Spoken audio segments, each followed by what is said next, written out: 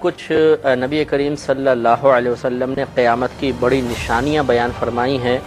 جو ہمارے لیے ایک عقیدے کی سی حیثیت رکھتی ہیں، ہم ان پر بھی کلام کریں۔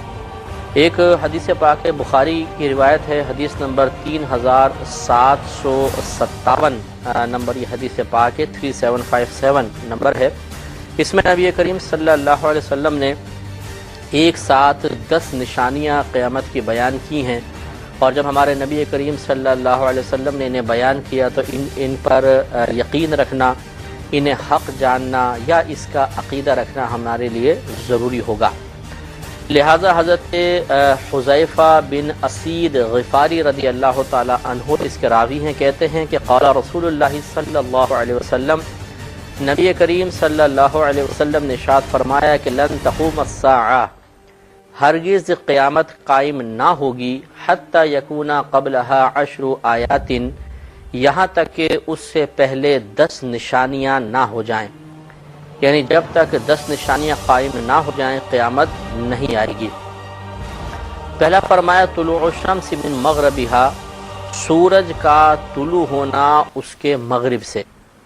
یعنی مشرق سے سورج طلوع ہوتا ہے، لیکن جب قیامت کا قرب ہوگا تو سورج مغرب سے طلوع ہوگا، اور یہ اس بات کی علامت ہوگی کہ اب قیامت بالکل نزدیک ہے۔ وخروج الدابتی، اور جانور کا نکلنا، ایک مخصوص جانور ہے، یہ انشاءاللہ ہم حدیثیں آپ کو عرض کریں گے کہ اس مخصوص جانور سے مراد کیا ہے۔ وخروج یاجوج و ماجوج، اور یاجوج اور ماجوج کا نکلنا۔ والدجال، اور دجال کا آنا۔ وعیسی بن مریم، اور حضرت عیسیٰ بن مریم کا تشریف لانا۔ والدخان، اور دھوئیں کا نکلنا۔ والثلاثۃ خسوف، اور 3 خسف ہونا۔ خسف مانے زمین کا دھسنا۔ خسف بالمغرب،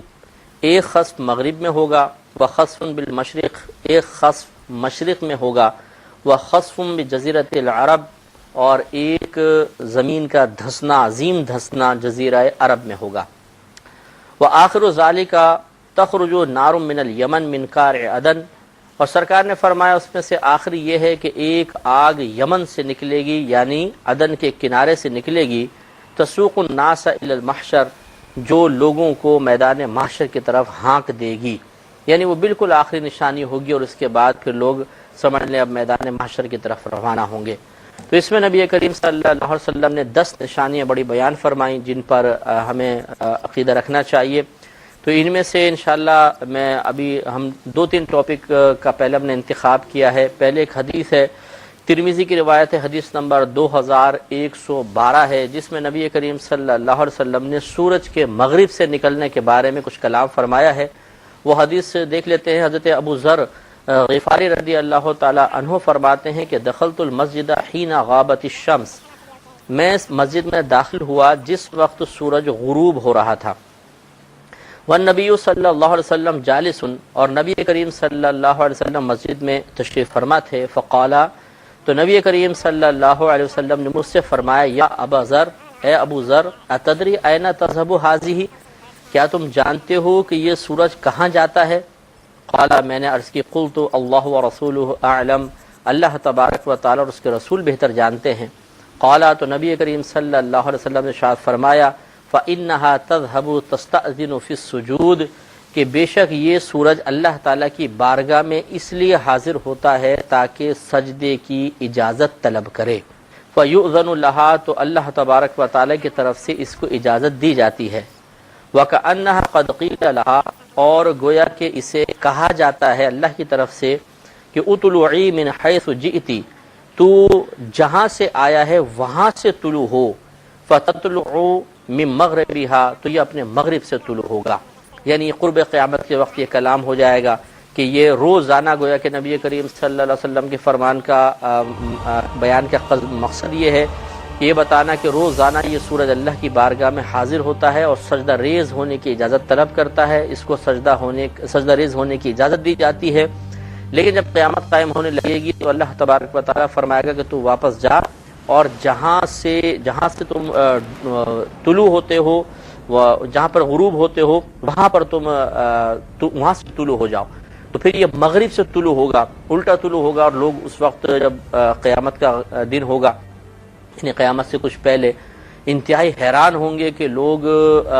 کی عادت یہی ہوگی کہ وہ سورج کو مشرق سے طلوع ہوتے دیکھیں گے، لیکن اس دن یہ مغرب سے طلوع ہو رہا ہوگا۔ جو اہل ایمان ہوں گے تو وہ یقیناً اس کو پہچان جائیں گے اگر اس وقت اہل ایمان ہوئے،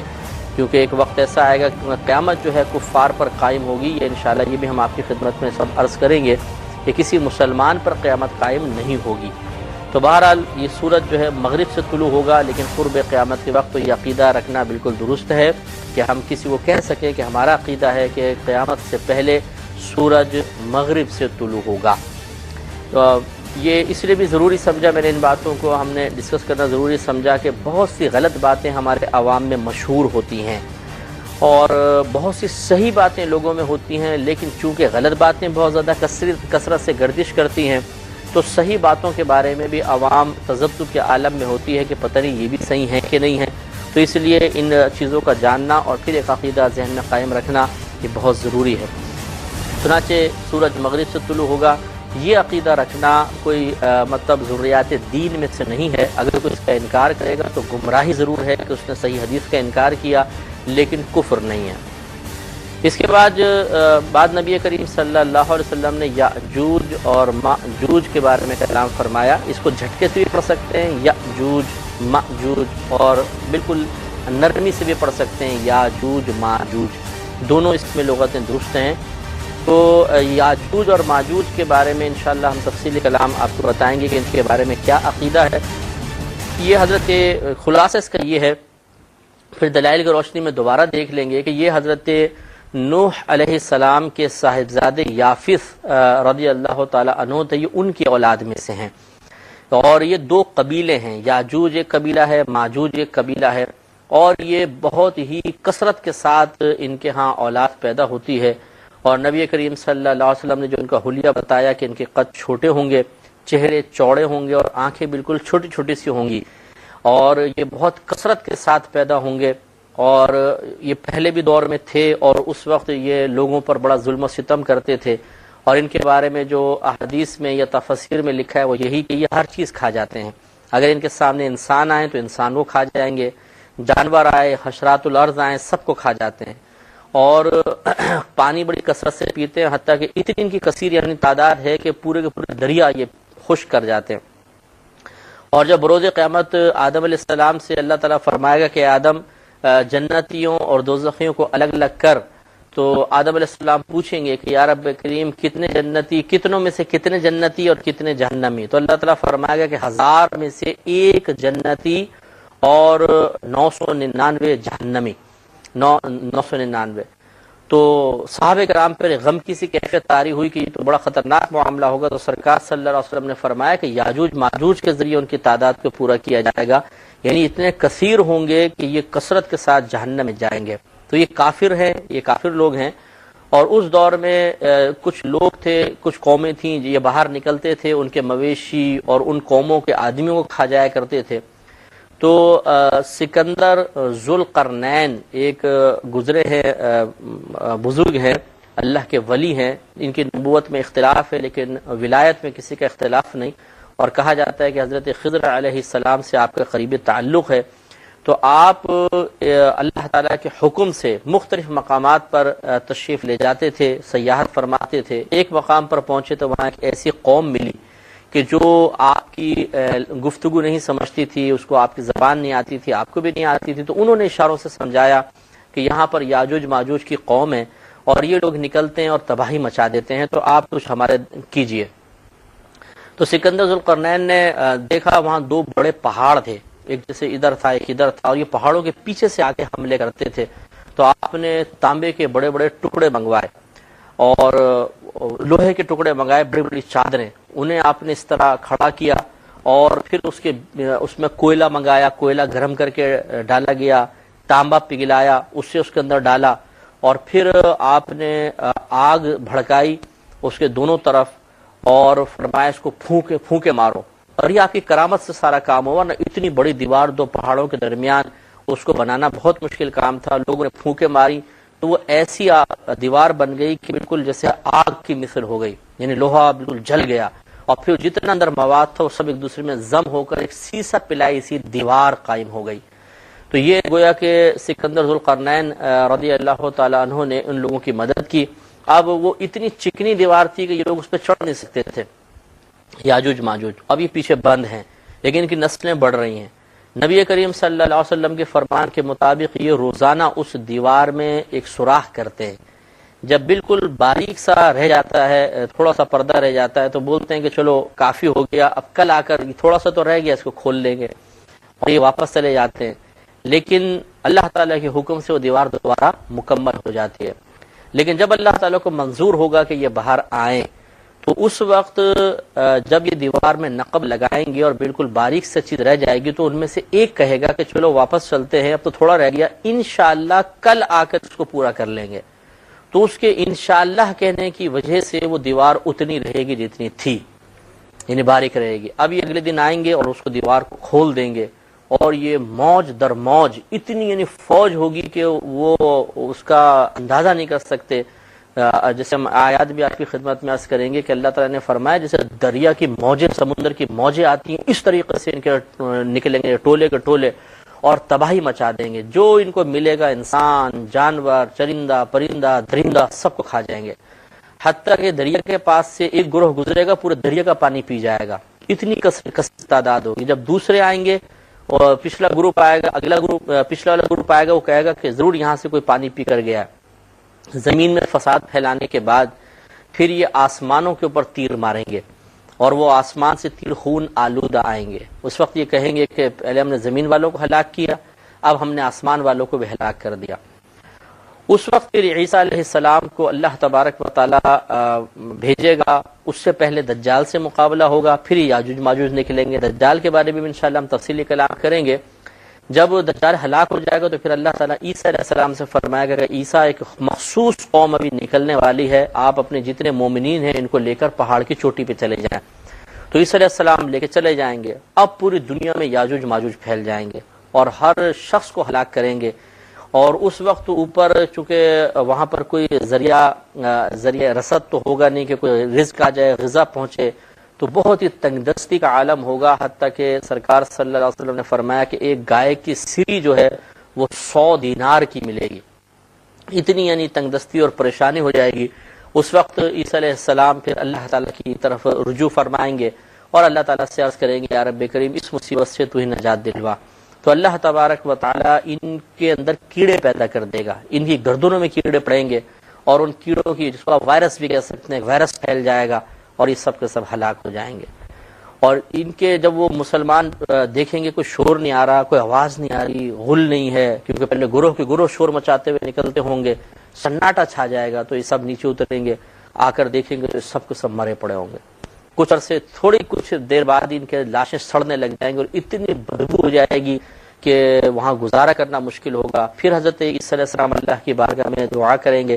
اس میں پھر آپ ہمیں روایات عرض کر دیں گے، دو قسم کی روایتیں، ایک تو یہ کہ بڑے بڑے پرندے آئیں گے لمبی لمبی گردنوں والے، وہ ان کو اٹھا کر سمندر میں پھینک دیں گے، اور ایک روایت کے مطابق ان کو پہاڑوں کے غاروں کے اندر پھینک دیا جائے گا، اور اس کے بعد اللہ تبارک و تعالی آسمان سے ایسی بارش فرمائے گا کہ جو پوری زمین کو آئینے کی طرح صاف کر دے گی، ایک دم پوری زمین کلین ہو جائے گی اور ختم ہو جائیں گے۔ اس میں ایک قابل توجہ بات ہے کہ جب یہ یاجوج ماجوج باہر نکلیں گے تو یہ پہلے زمین والوں کو ہلاک کریں گے، جب اور کوئی نہیں ملے گا تو یہ کہیں گے زمین والوں کو تو ہلاک کر دیا، چلو آسمان والوں کو ہلاک کریں،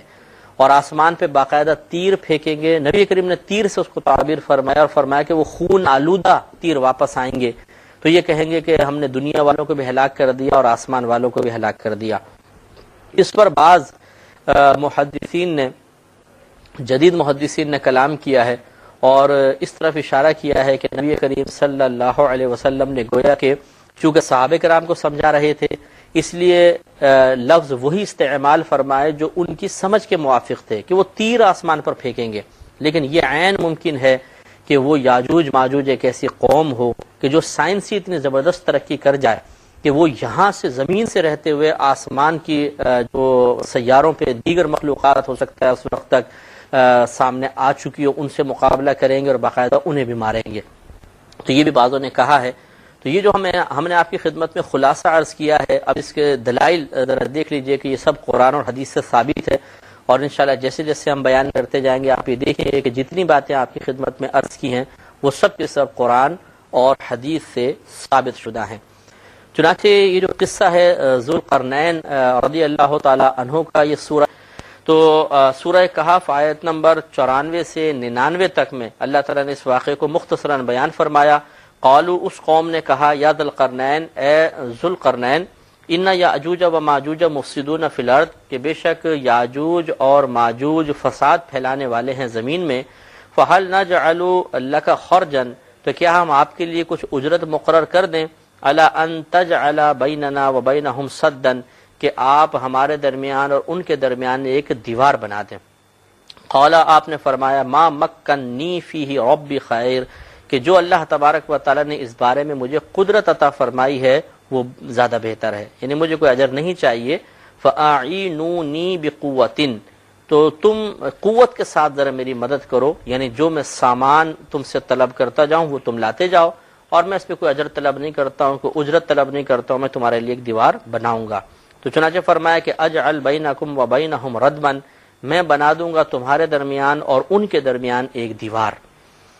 ابھی آپ کی کرامت تھی، تو آپ نے فرمایا کہ آتونی زبرجید، تو تم مجھے لوہے کے بڑے بڑے ٹکڑے لا کر دو، جیسے شیٹس ہوتی ہیں اس طرح آپ نے ٹکڑے منگائے، اور یہ پھر بیچ میں اللہ تبارک و تعالیٰ نے اس کو ذکر نہیں کیا، مفسرین نے پوری آیات کے ربط قائم کیے ہیں کہ آپ نے ایک دیوار اس طرح کھڑی کی، ایک دیوار اس طرح کھڑی کی، بیچ میں کوئلہ ڈالا، پگھلا کے تانبا ڈالا گیا، پھر اس دیوار کو پھونکا گیا حتیٰ کہ یہ سرخ ہو گئی، آگے نے جلائی گئی اور سرخ ہو گئی، تو اندر کا سارا مواد مل کر یکجان ہو گیا۔ تو اس کے بارے میں اللہ تعالیٰ فرماتا ہے کہ حتیٰ اذا ساوا بین الصدفین، یہاں تک کہ جب وہ دونوں لوہے کے ٹکڑے برابر ہو گئے دونوں پہاڑوں کے درمیان، قالا، تو آپ نے فرمایا، انفخو، کہ تم اس میں پھونکے مارو۔ تو ہوا یہ کہ اس دیوار، جو لوہے کی دیوار تھی، اس کے ساتھ آگ رکھی گئی، اور اسے پھونکنی آپ نے دیکھا ہوگا گاؤں وغیرہ کے اندر روٹی آگ بھڑکانے کے لیے ایک لمبی سی لوہے کی اس طرح روڈ سی ہوتی ہے، جس پہ پھونک مارتے ہیں تو پھر وہ آگ بھڑکتی ہے، اس کو پھونکنی بھی کہتے ہیں۔ اس طرح کے سب کو پھونکنے دے دی گئی، فرمایا اس کو پھونکے مارو۔ قال انفخوا، آپ نے فرمایا اس کو پھونکو، حتی اذا جعلہ نارا، یہاں تک کہ جب بنا دیا آپ نے اس دیوار کو آگ، یعنی آگ کی طرح سرخ ہو گئی، جیسے بھٹی میں لوہا تپ کے باہر نکلتا ہے سرخ ہو جاتا ہے، ایسی دونوں کنارے اس کے آگ کی طرح سرخ ہو گئے۔ قالا، تو آپ نے فرمایا، آتونی، مجھے دو، افرغ علیہ قطرا، میں ڈالوں گا اس پر تانبا، پگھلا ہوا تانبا، یعنی اندر آپ نے وہ لکڑی مواد وغیرہ بھر دیا، دونوں دیواریں کھڑی کی، اوپر پگھلا ہوا تانبا ڈال دیا، وہ یکجان ہو گیا۔ تو اللہ تعالیٰ فرماتا ہے کہ فمستطاعوا، تو وہ جو یاجوج ماجوج ہیں وہ استطاعت نہیں رکھتے ہیں ان یظہروہ، کہ وہ اس کے اوپر چڑھ جائیں، ومستطاعوا، اور نہ وہ استطاعت رکھتے ہیں لہو نقبا، اس کے لیے نقب لگانے کی۔ مسئلہ یہ ہے کہ وہ دیوار اتنی چکنی بنا دی گئی تھی کہ ایک تو وہ چڑھ نہیں سکتے اس کے اوپر کہ اس کو چڑھ کے کراس کر جائیں، اور دوسرا وہ نقب بھی نہیں لگا سکتے، جیسے کہ ہم نے آپ کو بتایا تھا کہ صحیح حدیثیں یہ بتاتی ہیں کہ وہ سوراخ تو تھوڑا بہت کر لیتے ہیں لیکن پورا نکل نہیں پاتے ہیں، اس لیے کہ وہ ہر دفعہ جب تھوڑی دیوار رہ جاتی ہے تو یہ کہتے ہیں کہ چلو کل یہ کام کریں گے، لیکن جب قرب قیامت آئے گا، جب اللہ تعالیٰ چاہے گا ان کا باہر نکالنا اللہ کو مقصود ہوگا، تو ان میں سے ایک یہ کہہ دے گا کہ چلو چلتے ہیں، انشاءاللہ کل آ کے اس کو کمپلیٹ کریں گے، تو اس وقت وہ دیوار اتنی کی اتنی ہی رہے گی۔ تو یہ جو دونوں قبیلے ہیں یاجوج ماجوج، یہ کافر لوگ ہیں، لیکن دیکھیں کافر نے بھی انشاءاللہ کہا تو وہ دیوار اتنی کی اتنی رہے گی، اس کو بھی برکت حاصل ہو جائے گی ان کے لحاظ سے، اور پھر وہ باہر نکل آئیں گے۔ اللہ تعالیٰ جب یہ ہو گیا، اللہ تعالیٰ فرماتا ہے کہ وہ یاجوج ماجوج نہ تو اس دیوار پہ چڑھنے کی صلاحیت رکھتے ہیں اس کی چکناہٹ کی وجہ سے، اور نہ اس میں نقب لگانے کی صلاحیت رکھتے ہیں کیونکہ بڑی ٹھوس دیوار بنا دی گئی۔ قالا، تو حضرت ذوالقرنین نے ارشاد فرمایا، ھذا رحمت من ربی، یہ تمام جو کچھ ہو گیا یہ میرے اللہ کی رحمت کی طرف سے ہے، میرے رب کی رحمت سے ہے۔ فَإِذَا جَاءَ وَعْدُ رَبِّي، لیکن فرماتے ہیں پس جب آئے گا میرے رب کا وعدہ، جَعْلَهُ دَكَّا، تو اللہ تبارک و تعالیٰ اس دیوار کو ٹکڑے ٹکڑے کر دے گا۔ وَكَانَ وَعْدُ رَبِّ حَقًّا، اور میرے رب کا وعدہ بالکل سچا ہے۔ وَتَرَكْنَا، اب اللہ تعالیٰ فرماتا ہے بالکل قرب قیامت کی بات بیان کرتے، وَتَرَكْنَا بَعْضَهُمْ يَوْمَئِذٍ يَمُوجُ فِي بَعْضٍ، کہ ہم چھوڑ دیں گے ان میں سے بعض کو اس دن کہ وہ ایک دوسرے پہ موج مار رہے ہوں، بعض پر موج کی طرح آ رہے ہوں گے، یعنی اتنی کثرت سے نکلیں گے جیسے آپ چونٹی کے بل میں پانی ڈال دیں تو پھر فوج کی فوجیں نکلتی ہیں چونٹیوں کی، اس طریقے سے وہ جو سوراخ کرنے میں کامیاب ہوں گے ان دیواروں سے وہ چونٹیوں کی طرح نکل رہے ہوں گے اور پوری دنیا میں پھیل جائیں گے اور قتل و غارت مچا دیں گے۔ پھر اللہ تعالیٰ فرماتا ہے وَنُفِخَ فِي الصُّورِ، اور پھونک دیا جائے گا سور میں، فَجَمَعْنَاهُمْ جَمْعًا، تو ہم انہیں یقیناً ان سب کو جمع فرما دیں گے۔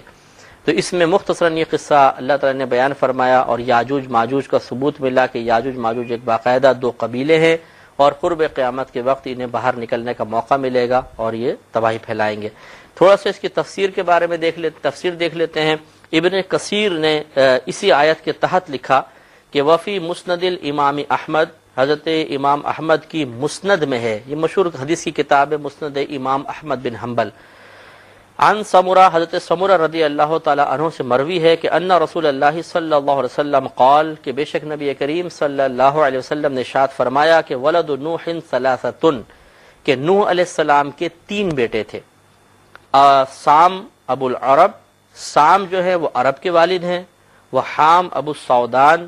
اور حام یہ سوڈان جو علاقہ ہے وہ سوڈانی لوگوں کے والد ہیں، وہ یافث ابو الترک، اور یافث جو تھے یہ ترکوں کے والد ہیں۔ قال بعض العلماء هؤلاء من نسل یافث ابو الترک، اور ابن کثیر کہتے ہیں کہ بعض علماء نے فرمایا کہ یہ جو یاجوج ماجوج ہیں یہ یافث کی اولاد میں سے ہیں جو ترکوں کے والد ہیں۔ تو معلوم ہوا کہ نوح علیہ السلام کے تین بیٹے تھے، ایک بیٹے جو تھے ان سے تمام عرب کی نسلیں چلی ہیں، دوسرے بیٹے سے سارے سوڈانی لوگ پیدا ہوئے ہیں جو بلیک کلر کے ہوتے ہیں، حبشی ٹائپ ہوتے ہیں، اور تیسرے بیٹے سے یاجوج ماجوج یافث سے پیدا ہوئے ہیں، یہ یافث بن نوح کہہ سکتے ہیں آپ۔ اس طرح بیداوی میں اسی آیت کے تحت ہے کہ یاجوج ماجوج کی تفسیر کرتے ہوئے امام بیداوی فرماتے ہیں قبیلتان، یہ دو قبیلے ہیں، من ولد یافث بن نوح، یہ یافث بن نوح کی اولاد میں سے ہیں۔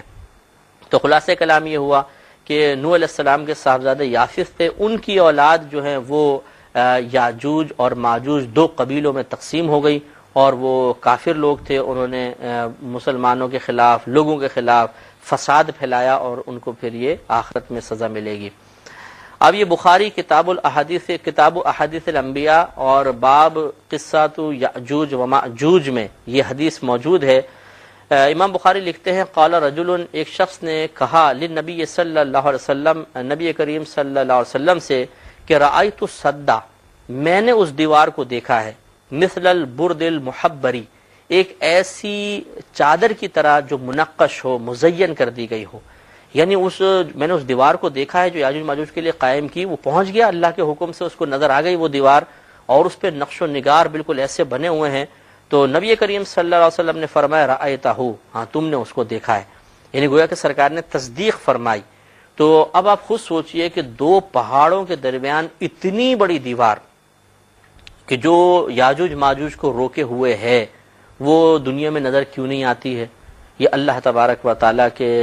راز ہیں، سربستہ راز ہیں جن سے پردہ نہیں اٹھایا جا سکتا۔ آج سائنس نے اتنی ترقی کر لی لیکن اتنی بڑی دیوار ہم سے پوشیدہ ہے، اور وہ مخلوق ہے، یعنی ان کی عمریں آپ دیکھیے کتنی لمبی لمبی ہوں گی، اور ان کی نسلیں در نسلیں بڑھتی چلی جا رہی ہیں، اور قرب قیامت کے وقت وہ باہر آئیں گے، لیکن ہمیں نہیں پتا، آج جدید سائنس ان کو نہیں پہچان پا رہی کہ وہاں پہ لوگ موجود ہیں، لیکن وہ ہیں، ہمارے نبی کریم صلی اللہ علیہ وسلم بتا رہے ہیں، تو ہم اس پر ایمان رکھیں گے کہ وہ اسی دنیا میں موجود ہیں۔ اور آذربائیجان جو ہے علاقہ، اس کے قریب کہتے ہیں کہ یہ دیوار موجود ہے، لیکن کہاں ہے یہ کسی پر منکشف نہیں، ہاں اللہ تعالیٰ چاہے گا تو بروز قیامت پھر اس کا انکشاف فرمائے گا۔ اسی طرح اللہ تبارک و تعالیٰ نے قرآن عظیم میں سورۃ الانبیاء آیت نمبر 96 میں ارشاد فرمایا حتی اذا فتحت یاجوج و ماجوج، یہاں تک کہ جب کھول دیا جائے گا یاجوج اور ماجوج کو، وہم من کل حدب ینسلون، اور وہ ہر بلندی سے ڈھلکتے ہوں گے،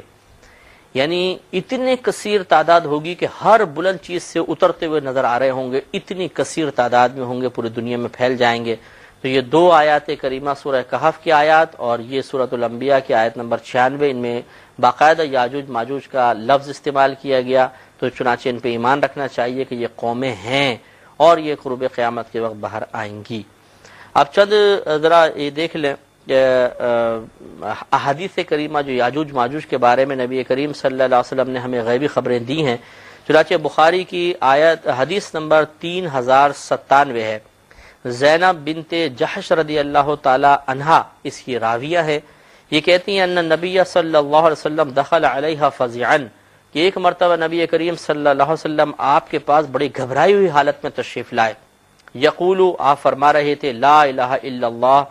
نہیں ہے کوئی معبود مگر اللہ تبارک و تعالی، ویل للعرب من شر، بربادی ہے عرب کے لیے ایک شر سے، قد اقتربا، اور وہ شر ان کے بہت قریب ہے، فتح الیوم من ردم یاجوج و ماجوج، سرکار نے فرمایا کہ یاجوج اور ماجوج کی دیوار میں سے آج کے دن کھول دیا گیا ہے، حصہ کھول دیا گیا ہے، مثل ہذہ، سرکار نے بھی اشارہ کر کے بتایا۔ تو یہ راویہ کہتی ہیں وحلق باصبع الابہام، کہ سرکار نے اس طرح یوں اشارہ، اتنی دیوار کھول دی گئی ہے، والتی تلیہا، کہ ابہام یعنی انگوٹھا اور اس کے ساتھ انگلی ملی ہوئی ہے، سرکار نے اس طرح ملا کر اس کو دکھایا کہ اس طرح کھول دی گئی ہے۔ تو قالت زینب بنت جحش رضی اللہ تعالی عنہا فرماتی ہیں، فقلت، میں نے عرض کی، یا رسول اللہ صلی اللہ علیہ وسلم، اے اللہ کے رسول، اللہ نکو وفینا الصالحون، کہ یاجوج ماجوج کی وجہ سے کیا ہم ہلاک ہو جائیں گے، حالانکہ ہم میں تو بہت سارے نیک لوگ بھی ہیں۔ قال نعم، سرکار نے فرمایا ہاں، اذا کثر الخبث، کہ جب خباثت برائی بہت زیادہ بڑھ جائے گی تو پھر ایسا ہی ہوگا کہ اللہ تعالیٰ یاجوج ماجوج کو لوگوں پہ مسلط کر دے گا اور یہ ہلاک ہو جائیں گے۔ ایک طویل حدیث ہے جس میں نبی کریم صلی اللہ علیہ وسلم نے یاجوج ماجوج کے نکلنے کے ایک تفصیلی کلام فرمایا، کہ پہلے سرکار نے بتایا کہ دجال کو ہلاک کیا جائے گا، اور پھر یاجوج ماجوج کے بارے میں سرکار نے خبر دی ہے۔ ترمذی کی یہ روایت ہے، 2166 نمبر